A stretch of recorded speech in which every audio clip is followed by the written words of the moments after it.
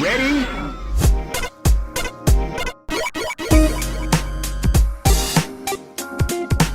Hello and welcome to Rhythm and Pixels, a video game music podcast. This is episode 24-7, and we are your hosts. My name is Rob Nichols. And I can't stop burping.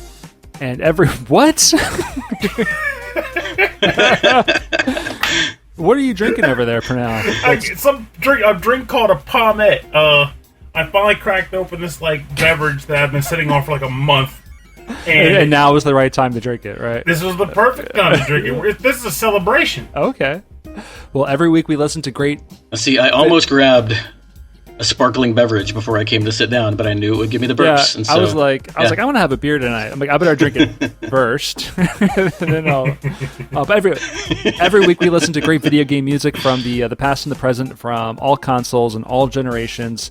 And we sometimes have guests, as you can hear on the show right now. We have Bedroth from the VGM podcast, VGM. Right? It's just very good music, right? VGM, yeah. VGM squared. Very good music, a VGM podcast, yes. Also, my acronym could be VGM.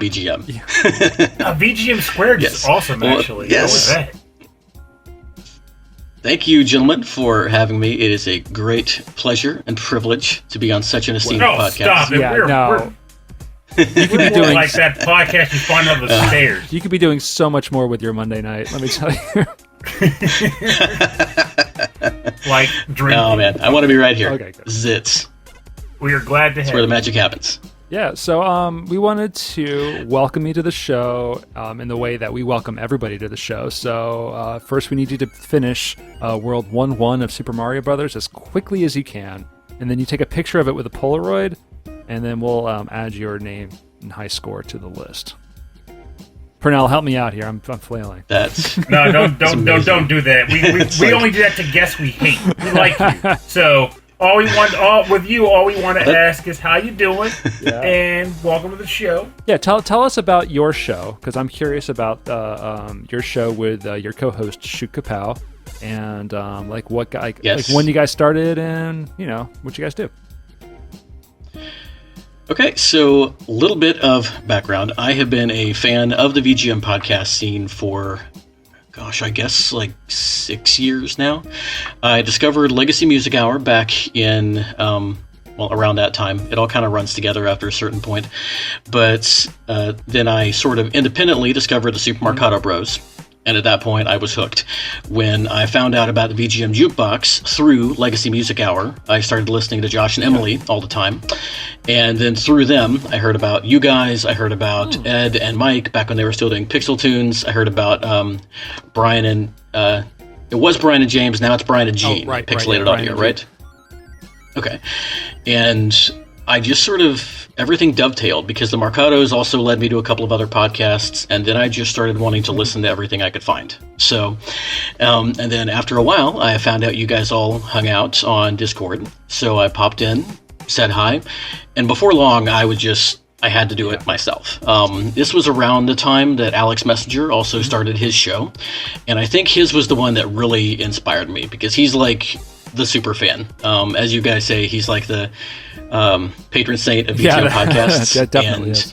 I think there's an added element with him too, in the fact that if you listen to either our show back in the day or Ed's show back in the day, Alex guested on both of those shows. When he came on, he was really nervous.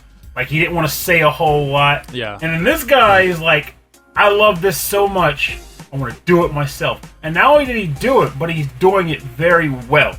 He totally came into his own. He is. Yeah, he really did.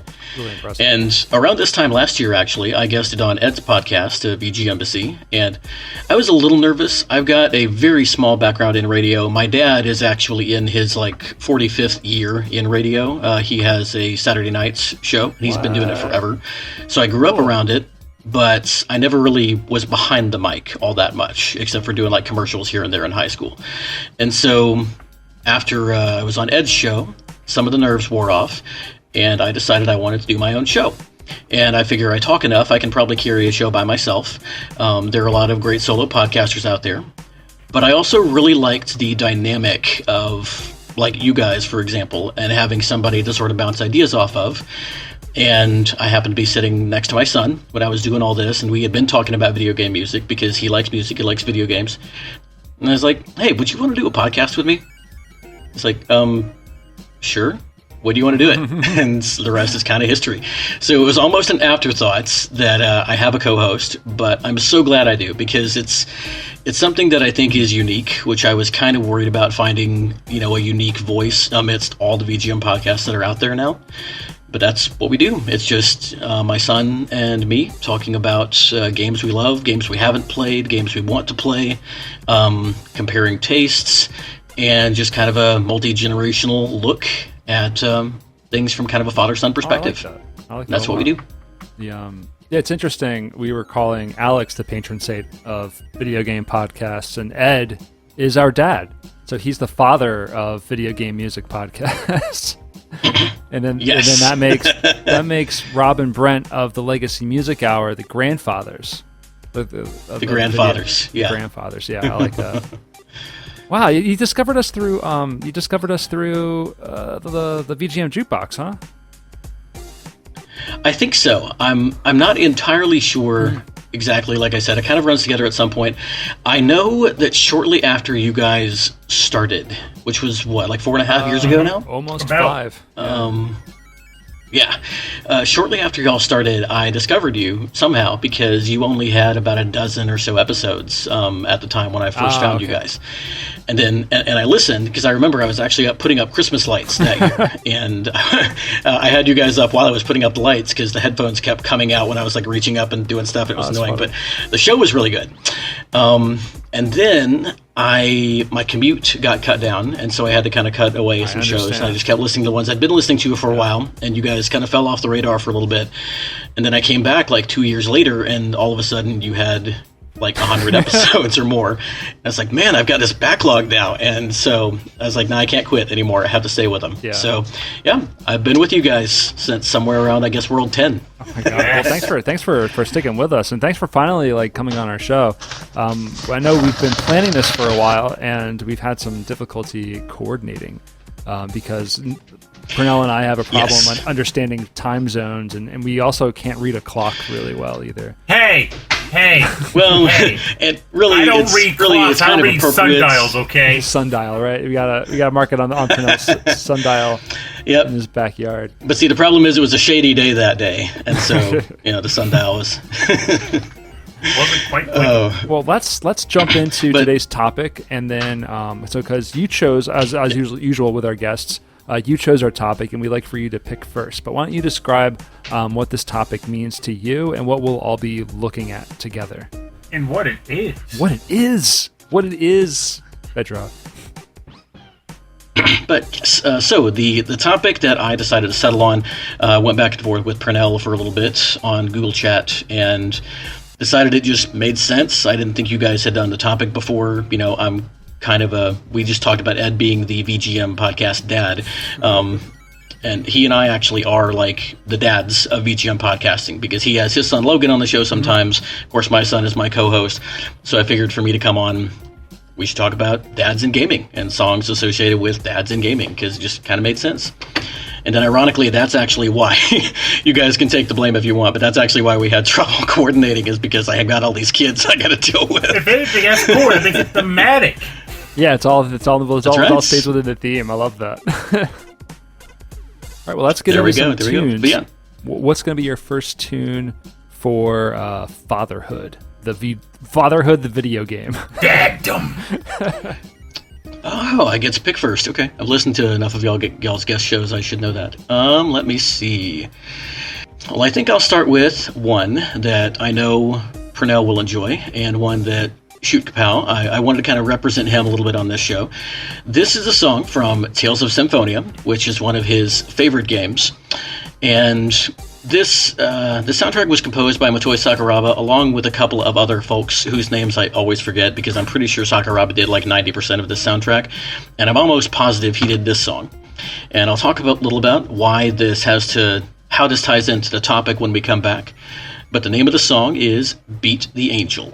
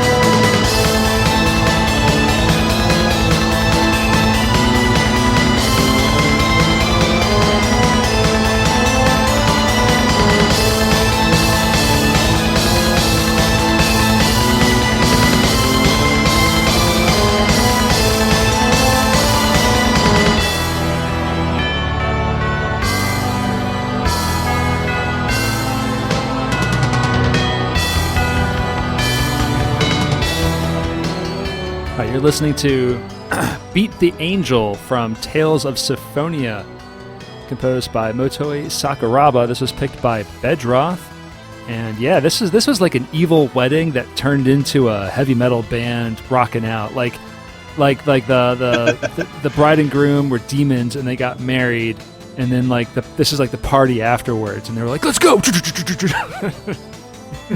a way to put it. Or it was just Motoi Sakuraba. They got him to play the wedding. Yeah, this definitely has that signature Sakuraba sound, I think. Between the Tales series and the Golden Sun series, he's got that sort of like orchestral rock thing going on. Absolutely. And yeah, so this track, Shukapow and I actually played this back on one of the early episodes of our podcasts. Actually, our most popular episode to this date. We called it Rivals, Rogues, and Frenemies. And it was all about, like rivals in games. We played, like, Shadow the Hedgehog was on there, of course. And I think I brought a song for... Proto Man is what we played out with. So just like rivals in games. Shukapow brought this song because the character, Kratos, who this song sort of centers around, starts out in the game as Lloyd's rival. Lloyd Irving is the protagonist of the game, for anybody who doesn't know. And he's kind of a rival to Lloyd / sort of mentor. It's kind of a weird relationship, and it was explained to me by a 15-year-old, so Purnell, please correct me if I'm wrong on any of this. But then, spoiler alert, later in the game, you find out that Kratos is actually an angel, and you also find out that he is Lloyd's dad. Yep. And you have this big confrontation with him in a fight that you are not supposed to win, although technically I hear you can, but then it gets really, really hard from there. And this is the song that accompanies that fight. So it's not Beat the Angel, it's Beat Your Dad. Who's an angel? Yes. Who happens to be an angel. Show topic. Yes. Well, yeah, Tales of Symphonia was such a weird game in that, like, it has... I feel like... I never finished it despite putting like 70 hours in. The game constantly hits you with plot twists, like, all the time. It never stops. I genuinely feel like the ending is going to have a plot twist. But it was a quality title throughout, and I feel like the whole thing with Lloyd and Kratos was a major plot twist that I actually came to really appreciate when they revealed it too. There was a Tales game that we started playing, Purnell. Do you remember we were playing one that Kim brought over, and she was like, yeah, there was a Tales of Vesperia was one of them, and the other one was Tales of Zillia, and I only remember the name off the top. So I looked over at the box in the corner of my room. Oh yeah. I remember we put it in, and she was like, I know you're not really into these action RPGs, so I've been playing this a lot. I got a save file. It's a little further in the game, and I've unlocked a whole bunch of like extra items and costumes and stuff. And so we just picked it up, and it was like, what is even happening in this game? It's overwhelming. It's overwhelming. And I was like, maybe we should not start imagine dropping into a Tales game like part way through. I haven't actually played any of them. I am going to get into Symphonia at some point. Our Wii is actually on the fritz right now. I need to get a new disc drive in there, but that's what we use for GameCube games. And but yeah, Shukapow played through it, and then after that he switched over and started playing Tales of Fantasia on a ROM, the SNES version, and and he really wants to try to get a hold of more of them, but really he just, more than anything, he wants Lloyd in Smash. Yes, for good reason. He has this he plays this Flash game called Super Smash Flash 2 that is a Flash, like Smash Brothers sort of ripoff type thing, but it's apparently really, really well supported, really well done, and Lloyd is one of the characters, along with Dark Mage from Final Fantasy, and the Waddle Dee guy with the spear from Kirby.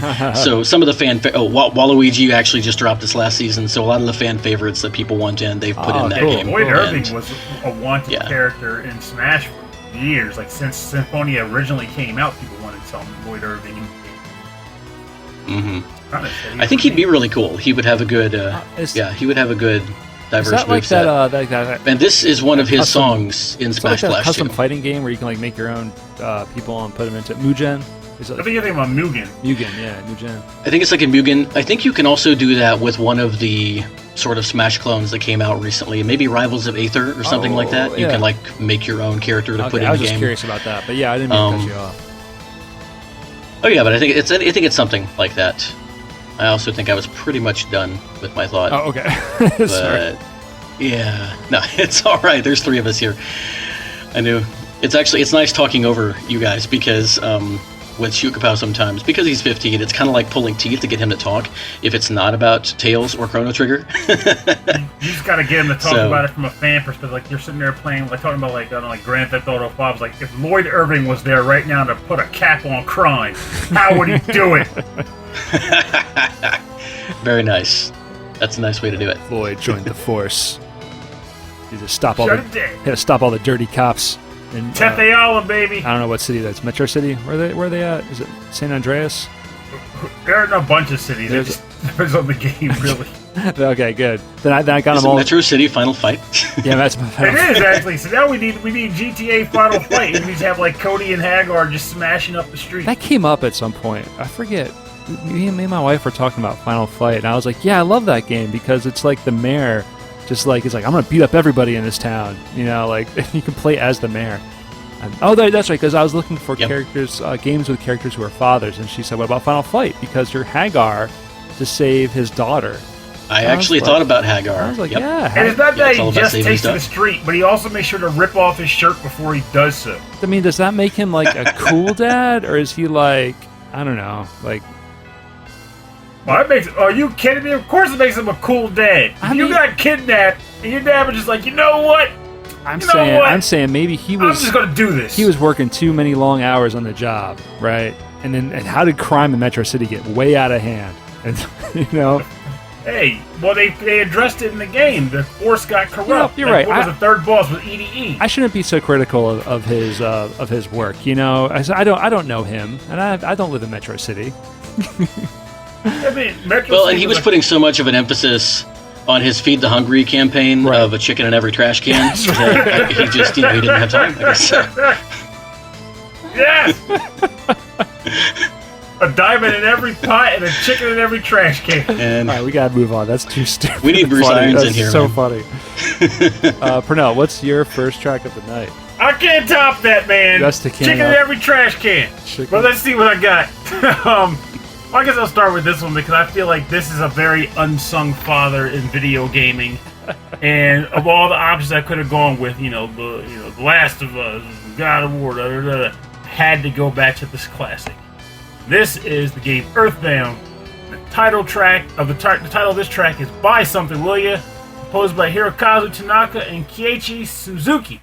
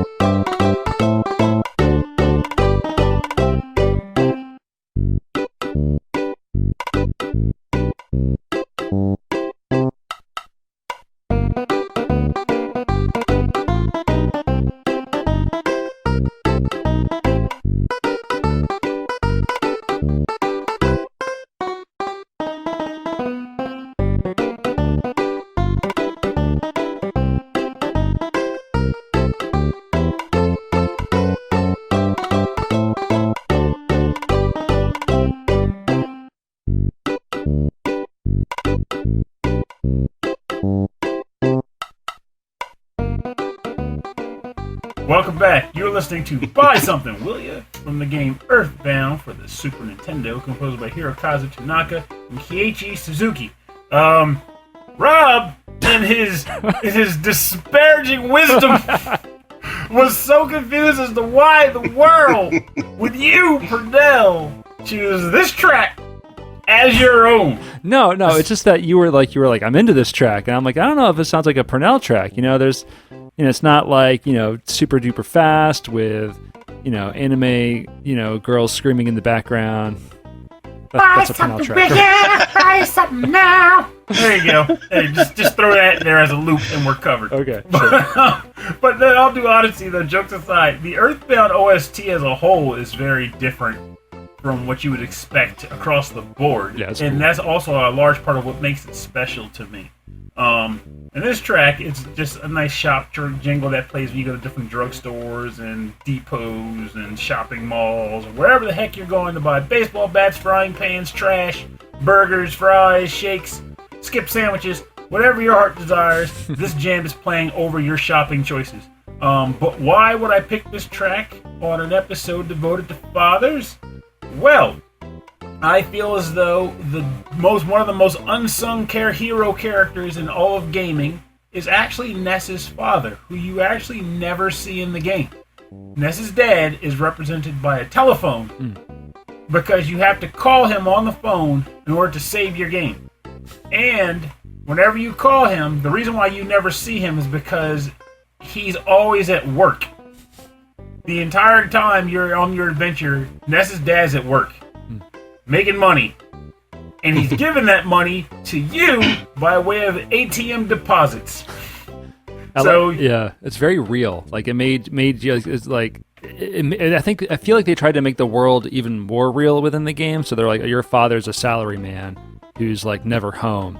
So your father is really only the telephone. But they incorporated that as a mechanic into the game. Which is amazing too, because when you literally lay on the table, like from a game mechanics perspective, the money you earn is based on the enemies you fight. As in, you fight evil rambling mushroom, he's probably worth $25, but you don't get the money until you call your father to learn that he deposited the money into your bank account. Now, even though obviously mechanically Ness is earning the money from fighting enemies, from the actual thematic standpoint, your dad is bankrolling your entire adventure. And there's something to be said about that, because yes, the children are out there fighting evil with their psychic powers and big bottle rockets and poo. But at the end of the day, if you didn't have anybody cutting you those checks, you wouldn't be getting very far, because you can only eat so many trash can hamburgers before you need some kind of tetanus shot. So, are you saying there was a flaw? There's a flaw in Hagar's like grand plan for the city. There was totally a flaw. The thing about it is that I think the whole reason why those guys didn't get sick was because they ran on adrenaline for the entire adventure. But once the game was over, the daughter was saved and the Mag Gear was shut down. Oh, they got sick. They were behind City Hall puking. And the daughter was so confused, like, I don't understand what's going on. You just took like 15 bullets from that guy. You're sick now? Well, you need a trash can turkey. You don't know. Oh, you need a trash can turkey. The things we dealt with to save you. You don't know, girl. Chandeliers on your head, flaming Molotov cocktails. Oh, no. Trash can turkey. It'll mess you up. That's the slogan. That's his re-election slogan. That's perfect. Trash can turkey, baby. It just barely fits on a street sign as you're driving down the road. You see that on the road. Hagar, the rest of it. Trash can turkey. Then you keep driving, you see another sign. It will mess you up. Or they just keep going. And or I will mess you up. And I just picture the guy driving, nodding his head in agreement, like, it sure will. It sure will. I don't know what the artwork for today's episode is going to be, but it's going to have Hagar in it somewhere. Eating a turkey. Eating turkey. From the garbage. Eating the turkey, there you go. There you go. From the trash. Oh, man. Pernell, I'm really glad you picked this song. It's great. I actually almost went with Dr. Andonut's theme, Jeff's dad. Oh, yeah. But he's kind of a crappy dad. Like, when you go to see him and you have Jeff in your party, he actually talks about how Jeff wets the bed sometimes. Like, and you can just tell us new friends. You knew if it weren't like a 16-bit sprite-based game, Jeff would be like, Dad! The worst part is, they make it pretty clear in the game that Jeff has trouble making friends. Oh. And, Ness and Paul are, his first good friends. And his dad's like, my son pisses himself. Like, thanks, Dad. Good job. Thanks. Well, and he dropped him off at this boarding school that's in the same country that he's in. He's just on the other side of the island in his lab, he could go see Jeff anytime, but he apparently hasn't seen him for like years and years. So I'm like, I'm not going to honor this guy with a song. But I was sad because I wanted to play something from Earthbound, and then you found a way, and this is a great song. Yeah, see, I feel good now, see? I'm all right. I'm going to tap my chest for that. All right, so my first track is... So I didn't... When I first thought of this theme, this game immediately came to mind, but then it was so dark in its theme, in the game's theme, that I thought maybe I shouldn't. But then I listened to the soundtrack again, and then I remembered how beautiful the music is in this game, and I think we've never played it on the show before. It really should be represented. The game is called Papo and Yo, which means father and I. It's composed by Brian, but it's definitely Brian D. Olivieri. And this is called Lula's Resurrection. I'll talk more about the game when we get back, but in reminding myself about the game, I just got really sad. So I'm just going to play the music. It's called Lula's Resurrection from Papo and Yo by Brian D. Olivieri.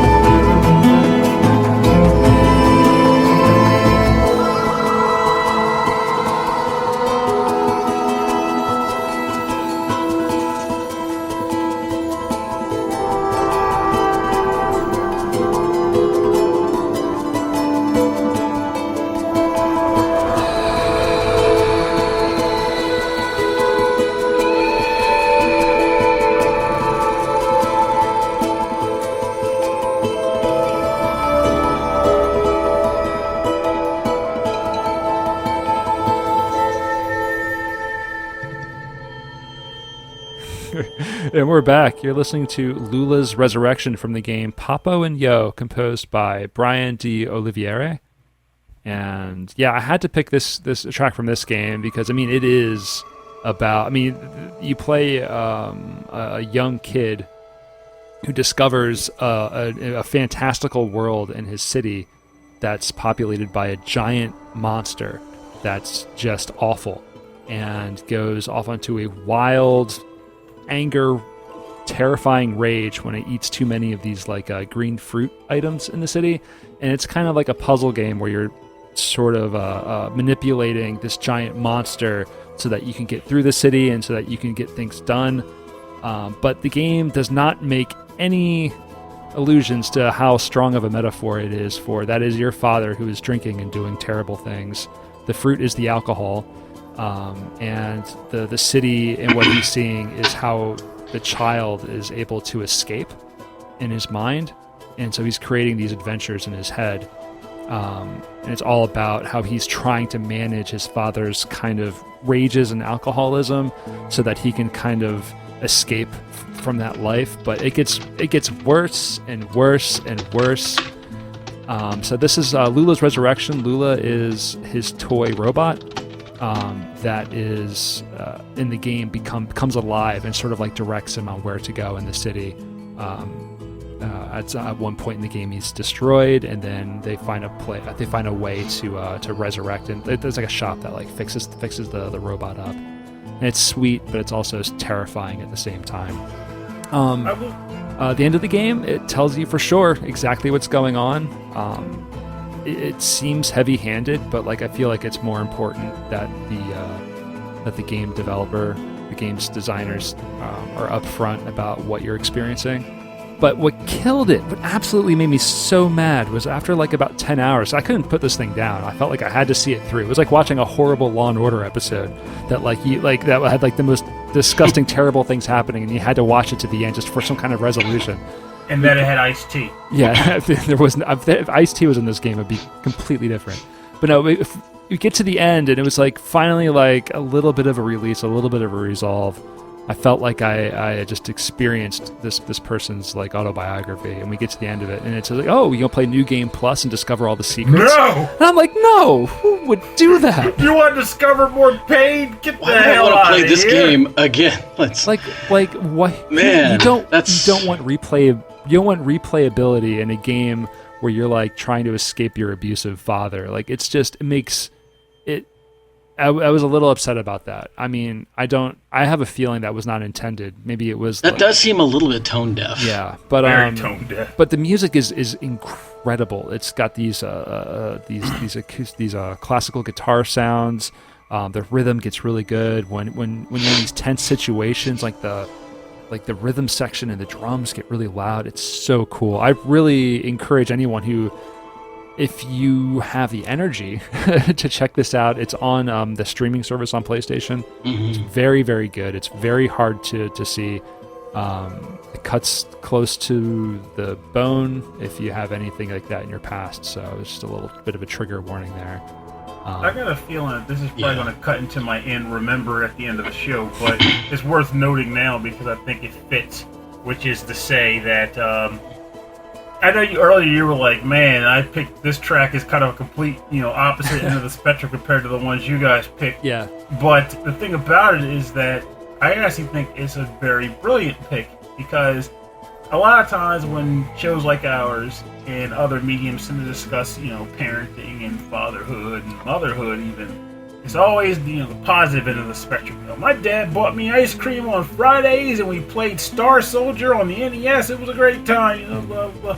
But at the same time, not everybody is so fortunate to have such, childhoods. And though it does suck that was the case, it is something that should be acknowledged. One, not just to, validate that those people had those experiences, but also it goes a long way to show that, you ever hear people say things like, well, you're doing a good job as a father, and then someone will respond with, well, of course you are. It's what you're supposed to do. You're supposed to be a good dad. Well, yeah, you're supposed to be a good father, and your dad is supposed to be good to you, but not everybody is that fortunate. So despite the fact that statement is true, it is worth valuing the fact that you do have a good father and you do have a good relationship with your father if you do. And if you don't, you are not forgotten and people do know you exist and we acknowledge your experience. It's not under the rug in any way, shape, or form. Yeah, I should say, sir. Just very good word. Anyone who's close to me who's listening should know that no, my childhood was great. it was fine. My relationship with my father was difficult, but it was nothing like this. it was great. My parents were really they did everything in the world for us, so. And they cared I think about my us. dad was closer to the Earthbound dad, honestly. He Oh, did stuff with us, but man, he spent a lot of time at work. Yeah, mine too. I think that was like I'm not sure if that was like a 90s thing or not, but definitely like the latchkey kid 90s thing, like hardcore for sure. I still like. I think it's funny. I always wanted to save something like this for later in the show, but it's a funny little jitty. Like my dad spent a lot of time at work. He worked as a chef for a high-end restaurant. Of course, back then, just because it was a high-end restaurant and he was a chef doesn't mean it paid well. It just means that people spent well. But while working there for crazy hours, he learned how to make some very extravagant dishes, the kind of stuff that I wish I could create. 'Cause let me tell you something. People would love the kind of dishes that my dad used to make at work. However, whenever it was time, those rare times where he was actually home and my mom was at work or out somewhere and he was watching us, we were all like, dinner time, Dad's cooking. Let's see what crazy dish he's going to prepare for us. We got so excited. And here comes the hot dogs and baked beans. Who's ready? That's his day off, man. He's not doing brown that. sugar in this bag. It's just like, where's the filet mignon, Dad? Where's the shrimp rangoon? I'll say that was like that at my house until my dad discovered the Food Network and got really into like those celebrity chefs like Emeril Lagasse, and then suddenly like every Sunday night it was like something crazy my dad wanted to try. And that corn was on the cob, but he put some cayenne in it. Yeah. Everything was like a stew or something. I don't know. It was good. It was really good. My dad had a handful of things. He didn't cook a lot, but there were a couple of things. He made awesome nachos. He made really good omelets. And so whenever he would make any of those things, I would always get super excited. But, I had a good relationship with him growing up as well. He had a lot of baggage. I have a couple of half-siblings from his previous marriages that did not go well when he was younger. So he's actually quite a bit older than I am. He's going on 80 now, which is older than a lot of, I think, our generation's dads. But he was always really good to me, I think because he felt like he had something to prove to himself at that point. And even with some of the inner turmoil that he had, he never channeled that toward me. So I was always kind of grateful to him for that. I didn't even see it until I was much older. And we had a good enough relationship that now, even though we argue about just about everything when it comes to politics, we can still actually sit down and have a conversation about those things. Yeah. So yeah, can't really get much better than that. Around that age. So. Father-in-law around that age. That's very, very similar, strained conversations around that topic. It's something about that. Yeah. It's painful. Yeah. I think it's interesting, the politics thing. I feel like you two are on the opposite end of the parent politics, argument or back and forth. Whereas in my case, I think my father and I are on the same page with politics from a general perspective. But the thing about it with he and I is that, and as Rob can attest to, I can get very, critical. I'll get very critical of things. So, even though I'll say I'm okay with this individual or this situation, I'll still however, you need to acknowledge these negative aspects because you don't want to give whatever. But I'll talk to my dad like that. He's like, you can't say that. This is perfect. Everything's perfect. Nothing is wrong. Just support. I'm like, no. Yep. You have to do the whole. We gotta talk about everything, Dad. Sit down, boil some baked beans and hot dogs. We gotta talk about this. Let's go. Let's go. But I do like that aspect. I think I'm okay with that in a sense because it gives me that beat my head against the wall challenge of convincing my father or something like you guys described too. But same time, at least I'm thankful he's not telling me something like, Dad, the hell, man, what are you doing? Chill out with that. Yeah, I'll have to go with that. I'll have to do that. All right, well, let's run things back around. We're back to you, Mr. Bedroth, for your second track of the evening. Or our evening. Right, and for my second track... listen to the show whenever they feel like. That's right. As Shukapao always tells me, I always want to end my show with, you guys have a great night. And he's like, Dad, they could be listening to this in the morning or on a drive or whatever. It's a good reminder, honestly. Shut up, kid. Have a solid period of the day. Or evening. So, I settled on a track from Fire Emblem Path of Radiance. And I don't know, actually I do know where this track came from. So, I had a different set of tracks, and then I remembered, you know what, I really would kind of like to play something with Fire Emblem, because I remember there's some really good like fatherhood moments in the series, with most recently in Fire Emblem Three Houses, one of the one of the tank characters early on is actually your dad, who's like this major like knight who fell away from the church, but I'm not going to get into it because it's really long story. Then of course there's Chrom from Fire Emblem Awakening, who is the main character, but also the dad to like the secondary protagonist. And so I thought about doing something from one of those, but then that led me back to this track.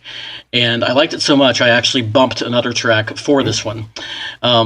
This song it plays in one of the cutscenes when Ike, who is, of course, the main character in Path of Radiance and a major character in Radiant Dawn, is sort of having to take charge of this mercenary band for one of the first times. The mercenary band that was founded by his father, Grail, for whom the mercenaries are named.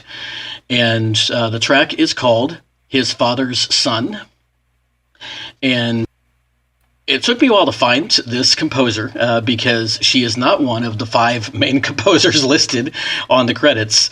But after doing a little bit of digging, I did determine that this song was composed by a longtime Fire Emblem series composer, Yuka Tsujiyoko.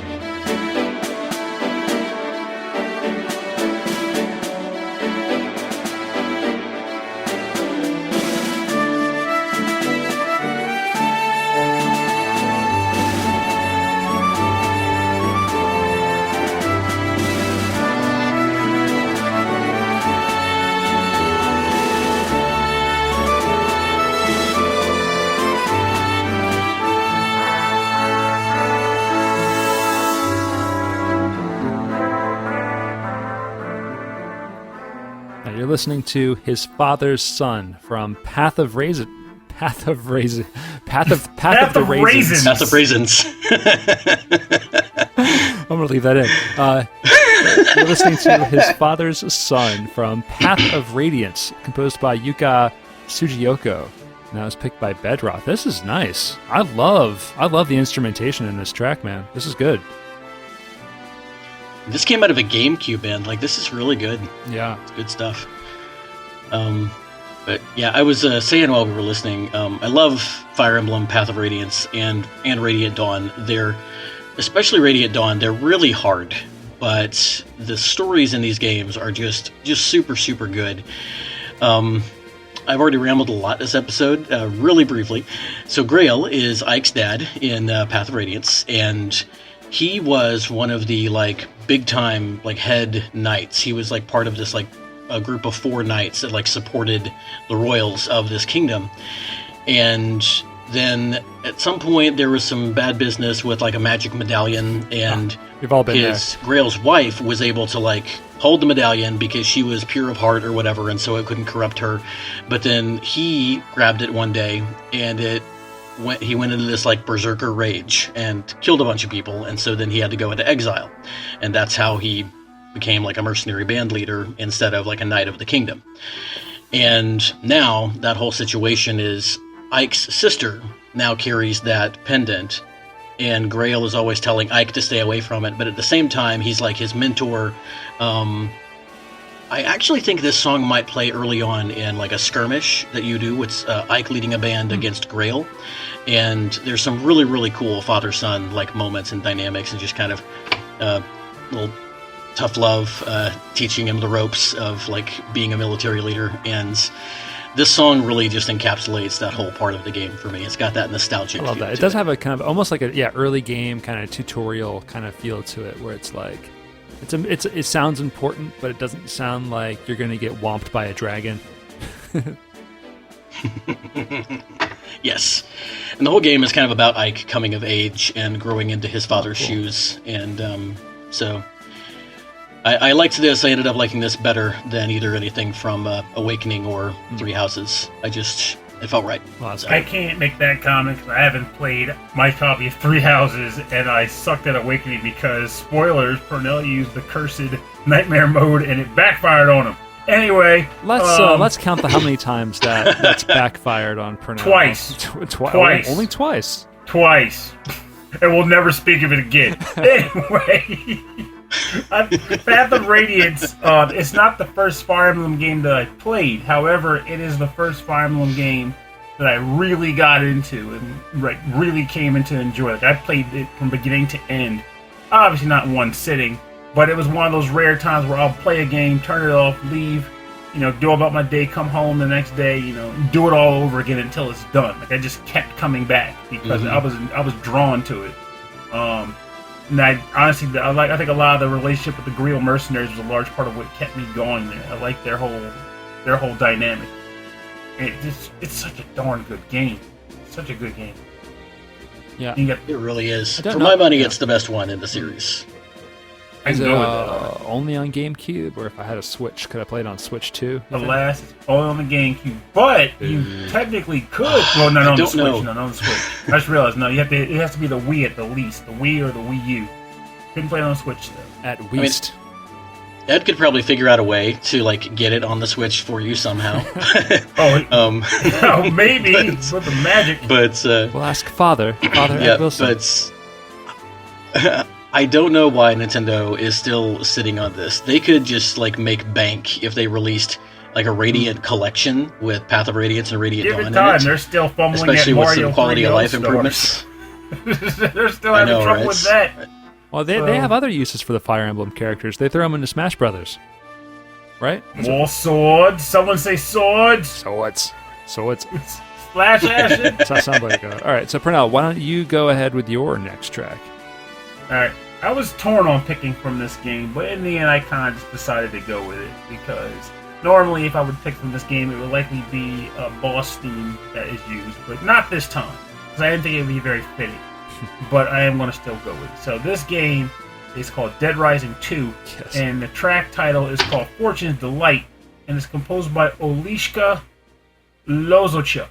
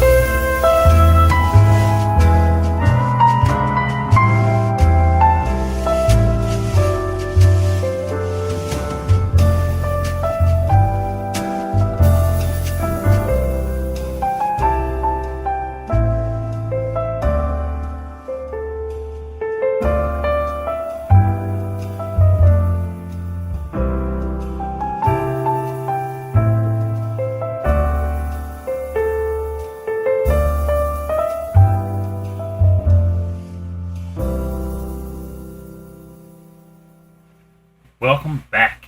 Yeah. You just chilled and relaxed to Fortune's Delight from the game Dead Rising 2, composed by Oleksa, Lozowchuk. And if you've never played Dead Rising and you hear the title and then hear this track, you are probably very confused right now as to what the heck this is doing in this game and why would I pick it? What the heck, dude? This song is so... All I'm thinking is that's just a fantastic song, man. Yeah. It is a good one. Like, honestly... That was so good. It's so... And believe it or not, too.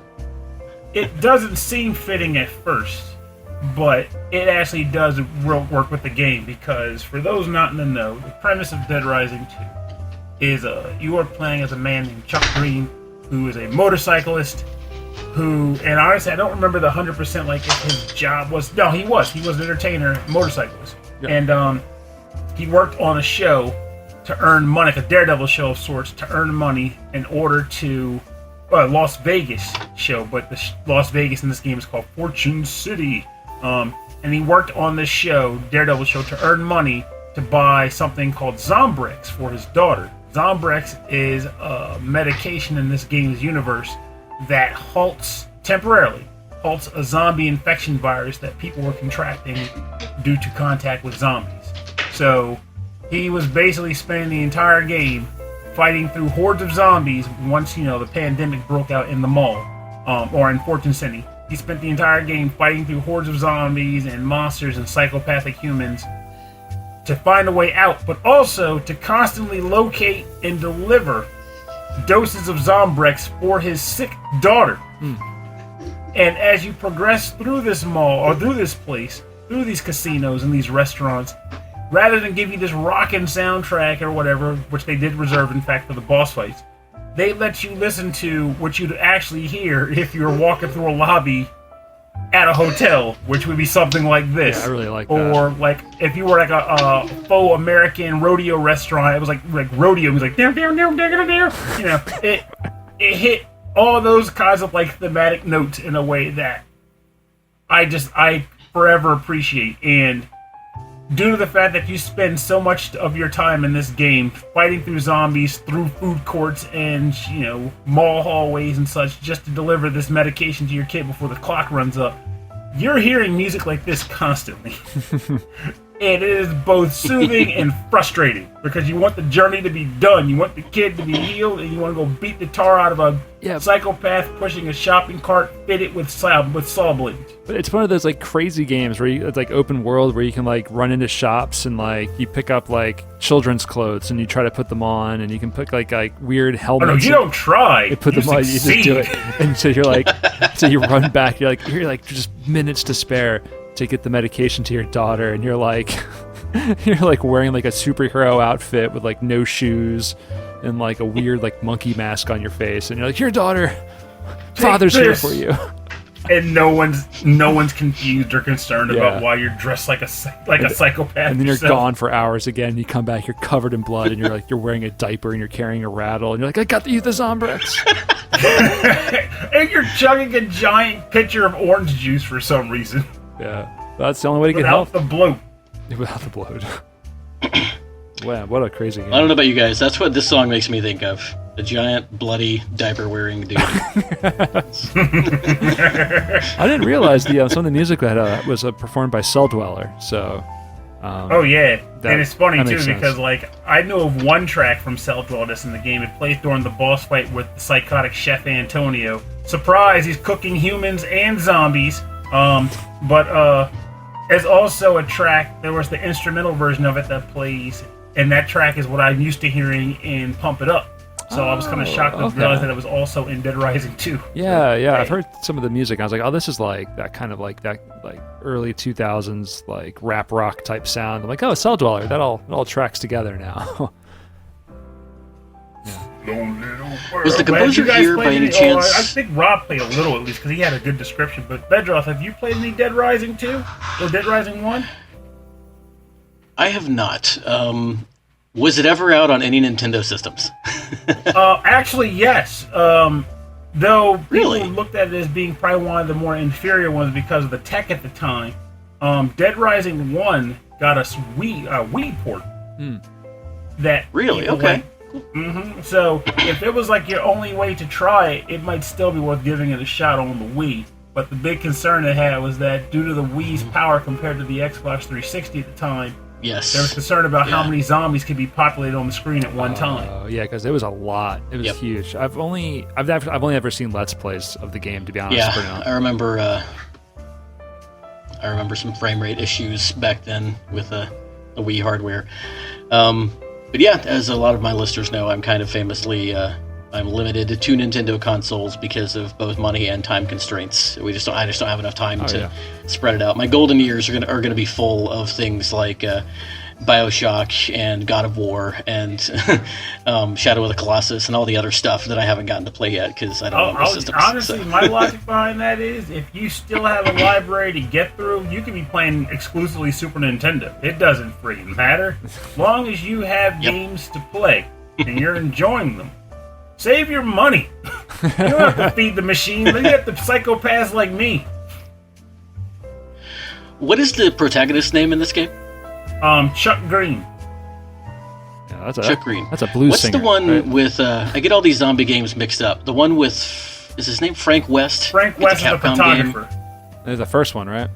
Yes, he's the first one. He's like, and the big joke about him, the common thing you hear people say is like, I cover wars, you know. Gotcha. Yep, I've seen him in some crossover stuff before, like the Marvel vs. Capcom and stuff like that. So that's my connection with this series. I know a little bit through Frank West. He's also, if you have a DS, he's in get the tone. Project Cross Zone too. Yes, yeah, man, that was a crazy. Everybody's getting down to that joint. Yep, that was a weird game. It was super fun though. All right, so Rob's like, what? Yeah, I don't know. I've only ever seen it through a Let's Play. It's the Game Grumps play through the whole thing, and honestly, if I ever need a good laugh, I just watch that series because they're so stupid. They take their time. They never learn how to play the game properly. They just die a lot. It's very good. All right. I love that about them. They do that so much. Yeah, they don't even bother reading the instructions. They they're just hilarious try to figure to watch it out. play. Like I would, if I were 10. All right, so. My last track, I'm torn between 2. I'm going to pick the one I know most about, still having had played it. This is Shower with Your Dad Simulator 2015. The composer is unknown, but this is this is a high energy, action packed game about showering with your dad. The track is called the Eudurodad, which is one of the game modes.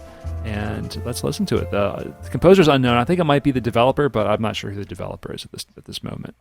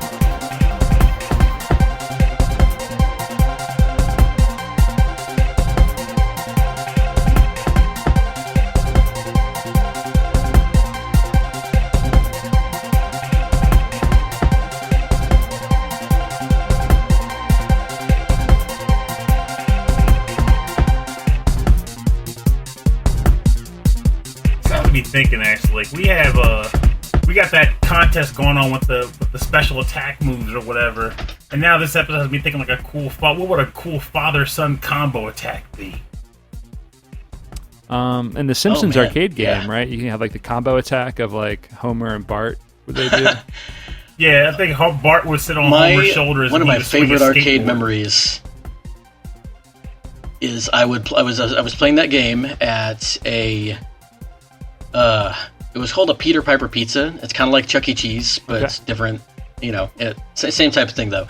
And three other people came over. We were all playing the Simpsons machine, and at one point we just stopped in the action so that we could see what all the different combinations were. If everybody like did their special with the other person, it was super cool. We were really totally in sync. Oh wow, it was a lot of fun. I never knew I think we actually ended up beating it that time, which was also really cool.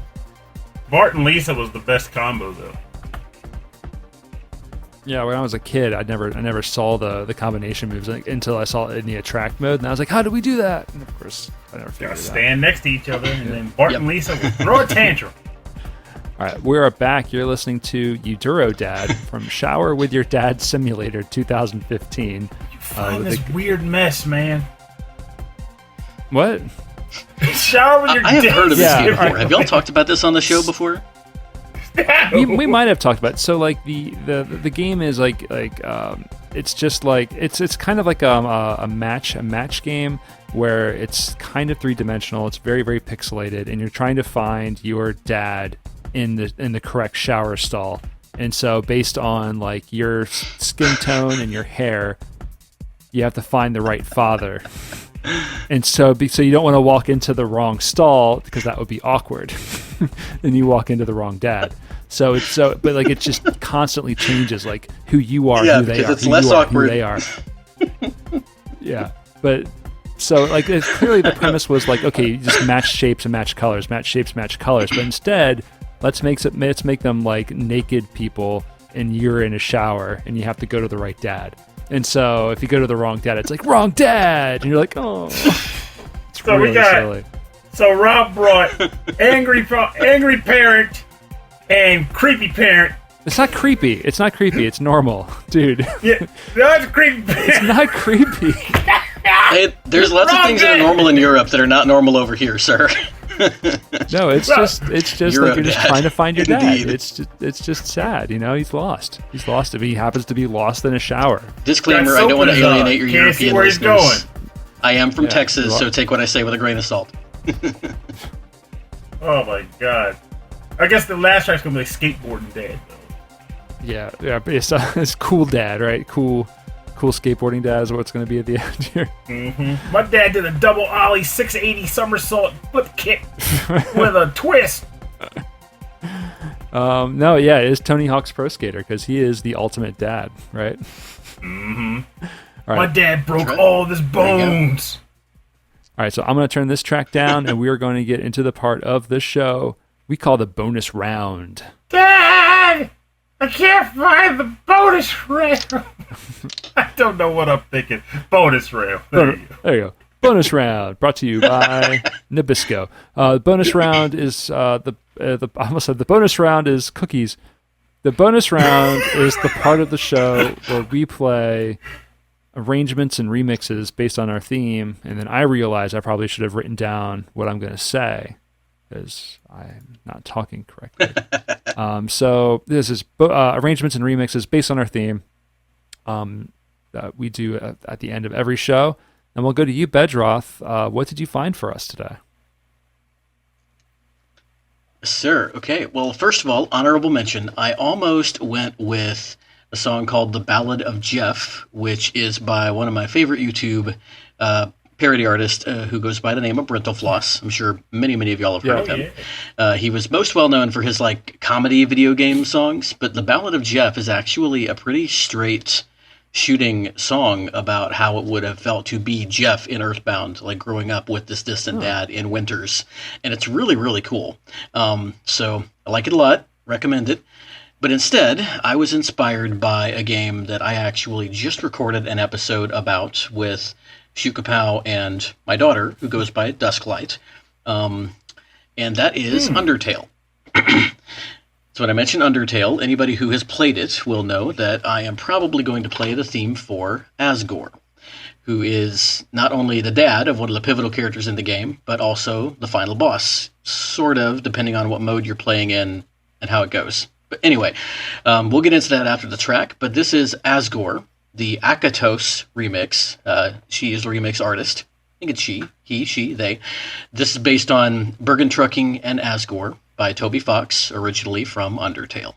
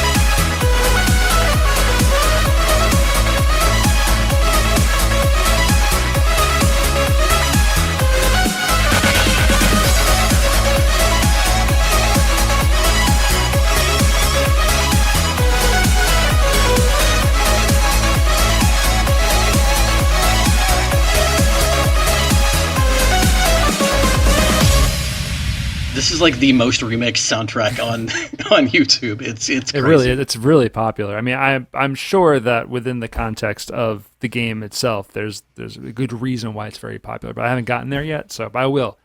You've been listening to the Asgore Ackatos remix, composed by Toby Fox and remixed by Ackatos. Ackatos. And that was Bedroth's tune. Dude, this was awesome. I really, really love the energy in this track. Actually, the synth section, or like the lead synth section, like halfway through, had kind of like it had like the rhythm like kind of jumped. It got like half bluesy for a second there, and then it just came right back in. It was really cool. I like what it did. I think that's a testament to the original composition as well. Toby Fox has some real musical chops and melds. It's funny because the game is like a mishmash of different genres, like JRPG and visual novel and bullet hell and platformer and different stuff. And musically, he can do the same thing, where he just kind of goes in and out of these different styles. And I thought this remixer did a really good job of definitely like making it their own. This is obviously like a techno dance, beat drop mix, but it still stays true to like the original feel. I first found this through Game Chops, which I think wasn't that started by DJ from Cutman? Philadelphia. Yeah. So region drop in there. Region drop. Yeah, he's from Philadelphia. our town. We own him. No. He's So obviously a high pedigree there, but yeah, this is a really great tune. Yeah, Game Chops. What did you think, Purnell? Yeah. Oh, I was down. Like, I was getting my head bop on. At one point, I even brought up the thought to ask, like, how similar is this to the original track? Because if the original was even like still like dancey-esque, though just not this type, I'd have been very surprised. But yeah, I like this. This is good stuff. You brought the thunder, sir. Thunder. Thank you. And since the two of you have not played through it, I'm not going to go into a whole great lot of detail, but one of the pivotal characters in this game is a young goat monster boy named Azrael. And his dad, he's the prince of the underground where all the monsters live, and Asgore is his dad. So he's like this big, like ram-headed dude with a giant trident, and he's not evil, but he's very powerful and he's very determined. And the song just really encapsulates him, and he's driven by both a feeling of protectiveness, but also with a hint of vengeance for something that happened a long time ago. And he's like, I don't know. He's a very multifaceted like character, and I think that that's why I thought of him for the dad episode, because that is kind of his defining characteristic, is his relationship to Azrael and some of the other kid characters in the game. But he also just, like so many other characters in Undertale, he's such a strong character just in and of himself. So, very cool. So it's basically like what you're ultimately saying is we should play the game, yeah. I would highly recommend it. I personally, as a patron, I would bump up my tier to watch you guys play through this game on the Let's Play. That would be really cool to see. We need to get on that, Purnell. And like, actually hear your reactions to it. While I'm taking notes, are there any other games you would want to see on a Let's Play? How about Fire Emblem Awakening on Nightmare Mode? Do you hate me that much? We'll just go to Purnell's library. Do you hate me that much? I thought we were friends. Excuse me. I don't know. Undertale would be my pick, but yeah, I think a lot of my fellow patrons would have some feedback there. All right, so Purnell, maybe you can make that the next patron topic. Submit a song from a game that you want to see us Let's Play. maybe when we actually start doing it, we'll bring that around. I don't want to put the cart ahead of the horse on that one. Well, not necessarily. I mean, if you get a list of stuff people would want to see, then it's like you already know that by starting, you can already pick something that you'd at least have one audience member for. Yeah, I guess so. But I like to do content first. That's my ethos. Content over. I'm like you, Rob. I like to be prepared. All right, so Purnell, what's your bonus round pick? Well, I honestly felt that with the topic being about dads, I had to pick a track from one of the games that sparked a conversation I would have with a friend, where we were talking a lot about the rise of the dad game, as we would call them. Dad games being games where the creators intentionally spark the paternal instinct in the player to make you want to like invest your energy harder because of the whole idea of protecting a child or helping a child in that regard. This game was definitely the first for me that was like, holy crap, I feel it. That game being Bioshock, which you actually mentioned earlier in the episode, Bedroth, funny enough. This track I would love to play this game. It looks really cool. Yeah, I think you'll like it. If you've played FPSs at any point and liked them, you'll love Bioshock. This track is a cover to Cohen's masterpiece from the game, and it was composed, or rather covered, by an artist that goes under the name of AtinPiano. Yeah, I tried. I mean, this artist arranger has a lot of information online. Does a lot of transcriptions of their work, and you can download all of the sheet music, and it's really, really cool. Cannot find this person's real name, so it's just AtinPiano. No, a 10. A 10. All right, well, let's listen.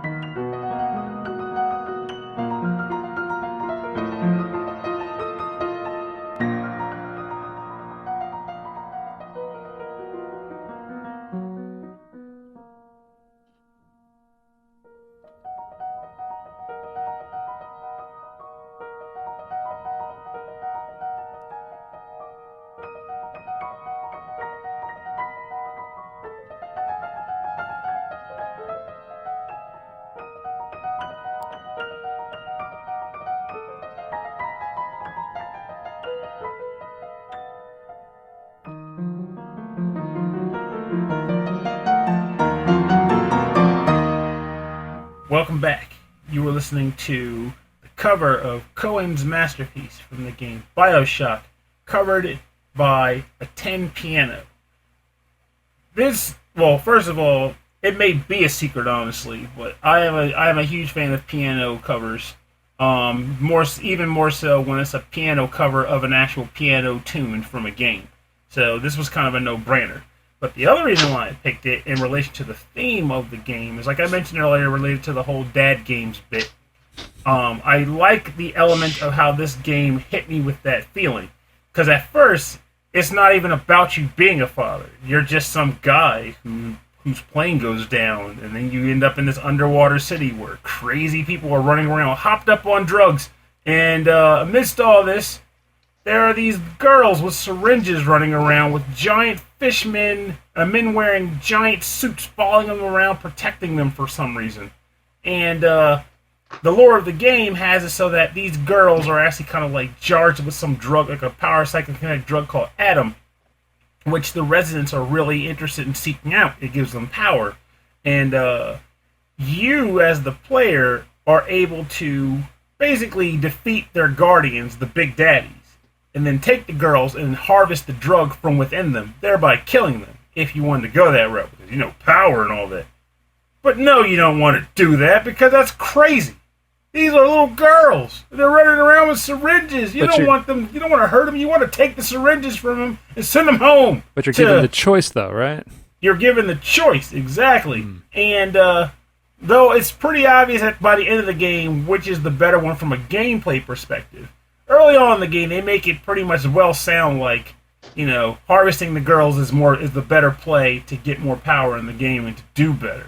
But despite that, I was like, no. It's it almost kind of went well with the Purnell's hard mode challenge. Like, no, go the harder route, do the right thing, save these kids.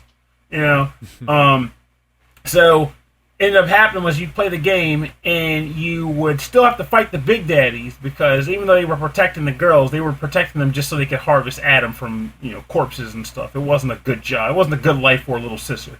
But once you defeat the big daddies and you liberate the girls, they become normal girls again, albeit with a bit of power, and they end up going back to this orphanage in the game.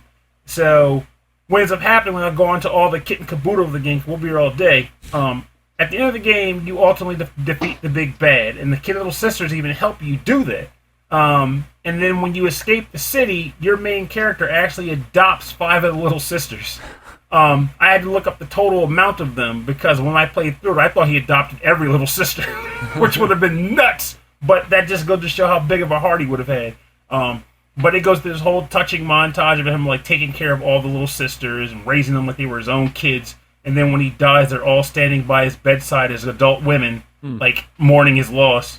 It's a very touching thing. This guy shows up, unbeknownst to him, through a situation that was out of his control, fights through a madcap underwater city of psychopaths, and then comes out with a family. I think that's one of the aspects of the Bioshock that no one ever really talks about. I think that's my favorite aspect of it. What if you harvested the power from all of the girls in the game? Well, basically, you don't get there's certain upgrades you don't get because the little girls have someone watching over them, so to speak, who wants to save them. But what I mean so by you saving the girls, she rewards you for not being a monster like other people in the city. But if you don't save them... if you don't save them, you don't get those things. And the girls essentially die. And your ending is different then, right? Yeah, it's different, but I'll never get it. Screw that. I'll YouTube it someday, but I don't want to be that guy. I'll be honest, there are games I play where, a lot of games will be like, you can be evil or you can be good. And even though it's a video game with virtual choices with no real consequences, I have a lot of trouble being the bad guy in the game. I was playing Shin Megami Tensei Apocalypse, and there's a crucial moment in the game where you have to choose whether or not you want to abandon humanity and your friends to support a god who, honestly, for a number of ways, he's not really all that wrong with his approach. It's just how he approaches, how he came about it. That's how he feels. But his desire to achieve that goal comes at a malicious cost. And it's like, okay, now's the time. You have to choose. And I'm like, I can't do that. So I turn the game off. Just shut it off. And every time, I'm not even making this up. I go back. Is telling me one thing. Boot it up again. Was it? it's telling me, it's like, you gotta do it. Like, I don't want to do it. I can't do it. But it's a rough thing to do, because, like, ultimately, I don't want to betray my friends in the game. And I don't want to doom humanity in the sense of all the good people that you meet throughout the game. Because you meet some horrible people in those games. But the good people who don't deserve that, you don't want to hurt them. You don't want to condemn them. So you're like, no, I won't go that route. But then at the end, it's like, yeah, make a choice. Like, the choice is to turn the game off. Wow. So rather than have to make that choice, you're like, I'm just going to turn it off. And the thing about it is, like, I've booted it back up multiple times and, like, in what you're saying and I'm like, and no. Undertale. Huh? There's a lot of parallels in what you're saying and Undertale. Like, you're gonna love it when you do eventually play it, because that's the element of choice is like the pivotal thing in that game. I'm getting into that it. is something I've heard. Yeah, in every battle and every character, there's lots of choices that you can make. All right, so my bonus round comes from a game where you have probably one of the most iconic fathers in video games, Katamari Damacy. And your father is the king of the entire cosmos. Yes. And you are just the prince having to clean up his mess after a night of whatever he was doing, destroying the cosmos.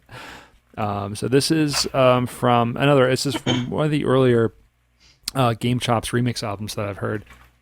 This is by DJ Joe, who's an incredible composer in his own right. And this is the Roll Me In remix, one of my favorite songs from the original game, Katamari Damacy. 「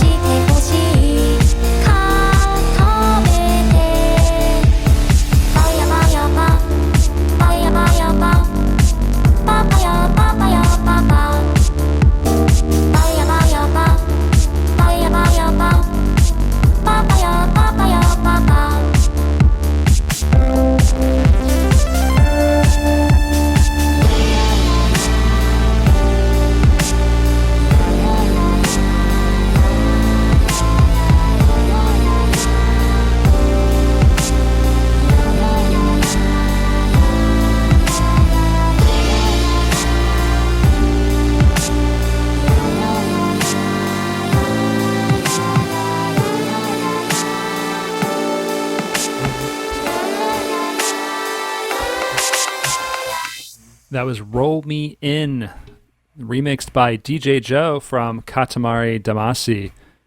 And yeah, that's one of my favorite remixes from that album. Man. And one of my favorite original songs. You can roll me all up in that. Yeah, absolutely. It's super, super cool. It keeps some of that chill vibe, but then adds like these really heavy, cool, like bassy synth sounds. I know Purnell was into that. I'm sure he was dancing. Oh, I was bumping it. Yeah. Buy up. It was bumping. All right. So for more information on the bonus round part of our show, go to rhythmandpixels.com. We'll have links to all of these artists' Bandcamps and SoundClouds and everywhere where you can go and buy this music, get this music, and support the artists.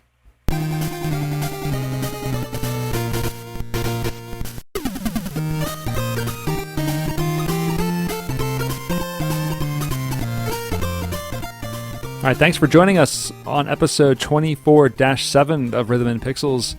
This is our look at the patriarchy. No, this is our fatherhood with Bedroth from VGM, the Very Good Music Podcast. Thanks for joining us. We should coin it VGM Thank you guys squared. for having me. It has been a blast. VGM squared. There you go. Yeah, VGM squared. So this has been a good topic for some really, really good tunes. I feel like we've got a wide range of genres covered today. Were there any other honorable mentions that either of you had in your back pocket? I thought about dropping some Sweet Cohen. I'm actually trying to think. Like, I know Sweet Cohen was on the roster. Musically, I couldn't think of anything I wanted, but there was the God of War recent release specifically because I felt that was an interesting release because up until that game, I genuinely, and with much contempt, hated the character Kratos. And though I don't like him per se now, I did like the element of them like throwing that last bit of like, hey, here's this guy trying to do like the right thing in his like the end of his worn-torn life or whatever. But like I had that, of course, The Last of Us was good for the whole the dad game bit. Sweet Coden.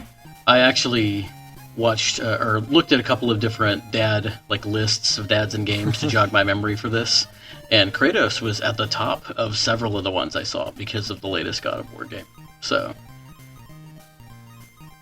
I thought about Bowser, but I couldn't find a great track from a game when he was really like a dad that symbolized him. I guess I could have gone with something from Mario Sunshine, but Bowser, if the Koopalings really are his kids, which apparently there is some debate about, he's quite the dad, He gave each of them a magic wand and a kingdom. I guess he is the father figure to the Koopa kids, but he could also be the father figure to Mario and Luigi. I mean, they're out there alone in the Mushroom Kingdom. Yeah, stomping him. They're the only. Yeah. Are they the only humans? I mean, they're the only humans. I mean, I always thought that Princess Toadstool was a human until the whole Peachette thing.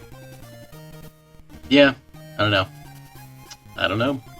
Maybe she's just like a humanoid fungus creature. I actually made a Facebook post about that 2 days ago to the year when they announced Toadette and Peachette, and I was like, this just ruined my mind with the Mario mythos because up until now I just assumed that Princess Toadstool was a literal humanoid who just happened to rule over this kingdom of mushrooms, and now we've learned that she's just a mushroom with a crank. I wonder, Rob, you and I both, I think, almost brought something from the game Octodad, Dadliest Catch, actually, the sequel. That's right.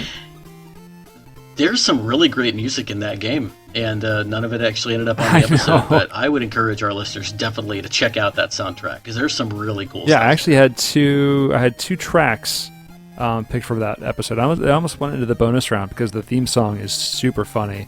But then I ended up wanting to go with Katamari just because I just really like Katamari. Yep. And I had to do that Fire Emblem track after I found it, so Octodad went by. If my memory's correct, I think I could have thrown a track on it from Odin Sphere too, actually. Oh, that's right. So, that's the thing. Like I said, usually it just becomes a matter of just thinking hard and realizing, oh wait, this game had a great father-son dynamic. this game had a great father something, but then I just beeline for certain. Like, this is the one. Yeah. This is what I'm doing. Well, your mind gravitates towards where like the music that you remember being really good. Oh yeah. All right. Well, before we sign off here, Bedroth, where can our listeners find your show? So you can find me on my podcast home is at anchor.fm/VGMBGM. Anchor is a podcast hosting service that more and more podcasters, I think, are using these days. It makes it really easy to start your own show if you're interested. I heard about it from Alex Messenger. That's what he uses for VGM Journey. So anchor.fm/VGMVGM. You can also just go to YouTube and search Very Good Music VGM Podcast, and you'll find all of our videos. I do, in addition to posting videos of the episodes, I post previews on odd weeks for the show that's coming up, like a little blurb about the upcoming thing. And we'll occasionally post announcements and things there as well. And for anybody who does check the show out and is interested in supporting us, you can find us on patreon.com/VGMVGM. And I don't do a whole lot of social media. You can email me at verygoodmusicvgm@gmail.com. My co-host and son, Shoot Kapow, though, is on Twitter at Shoot Kapow, spelled like it sounds.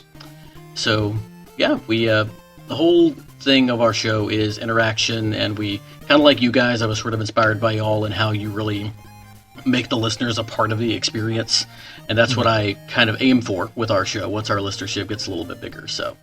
Definitely love to hear from anybody who has room in their life for another. Well, that's VGM great. podcast. We'll get the word out, because I think it's a good thing to keep growing the community of people who want to keep creating interesting stuff. So, and even if you're out there and you're thinking about wanting to create something too, but you're concerned about not being original or having a format too similar to another show, it doesn't matter, because whatever you do is going to be unique. In your own voice. That's right. And your taste is yours. Yeah, and your voice is important to everybody to hear too. We all want to hear it. So yeah, if you're thinking about it, go for it. The community is super supportive. Now, with that said, however, if I listen to a podcast called the MGV Podcast, and I hear someone who claims to be Bedroth that's clearly not Bedroth, I'm gonna look for it. Let me know. Let me know. We know how to take care of those things in Texas. Oh yeah. Yeah, that's we don't go down there. We don't go to Texas. That's what. I don't blame you. I honestly don't blame you.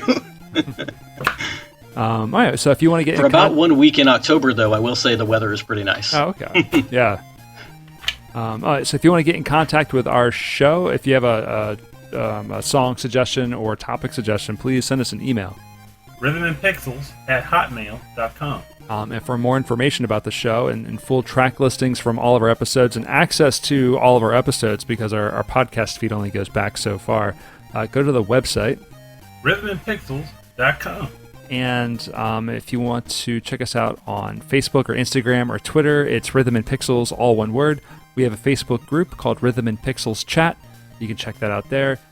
We have a Discord server where there's a lot of chat and discourse happening. That's linked. You can get the invite there. It's all linked up on our website.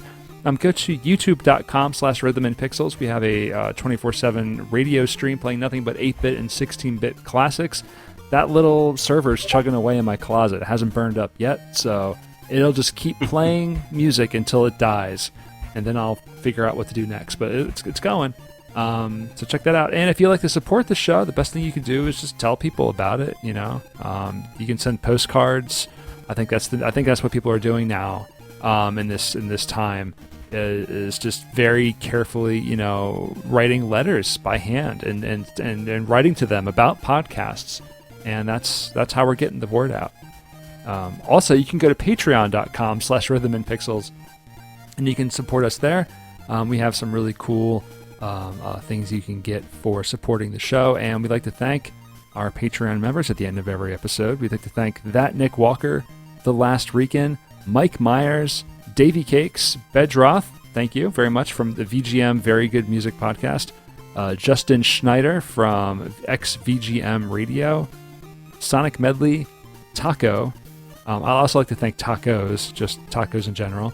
Harold Howard, Amen. David Taylor, Reinhard Zelkova, Andreas Milberg, Dan Loughton, Phantom Jest, Steve Miller, The Autistic Gamer 89, Cameron Worma, Christopher Shenstrom, Bobby Arson from One Up Funk, Wicked Sephiroth, Carlos from the Heroes 3 podcast, good dude, Michael Bridgewater from the Forever Sound Version VGM podcast, who also just released his latest episode, which was just after 68, but just before episode 70.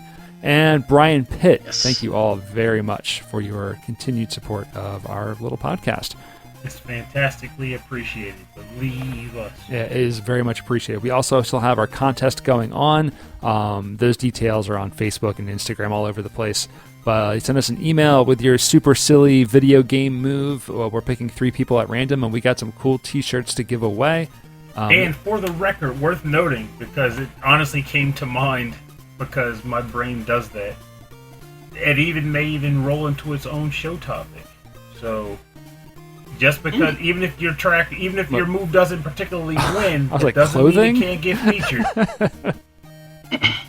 Just saying. All right. Yeah, I think that's a good idea. It's because it doesn't get picked for the free stuff. We might actually just keep all of these suggestions and make a show topic out of all your suggestions. That's a really good idea. So yeah, let's do that. But yeah, the shirts are really cool. I'm really proud of how they came out. I got some samples in the mail and tried them on, and they look fantastic.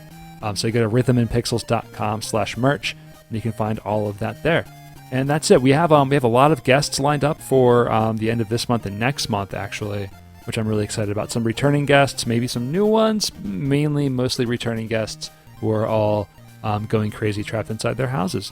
So we'll dig into that, and that'll be a whole lot of fun. So yeah, is there anything else you wanted to plug, Bedroth, before we head out of here?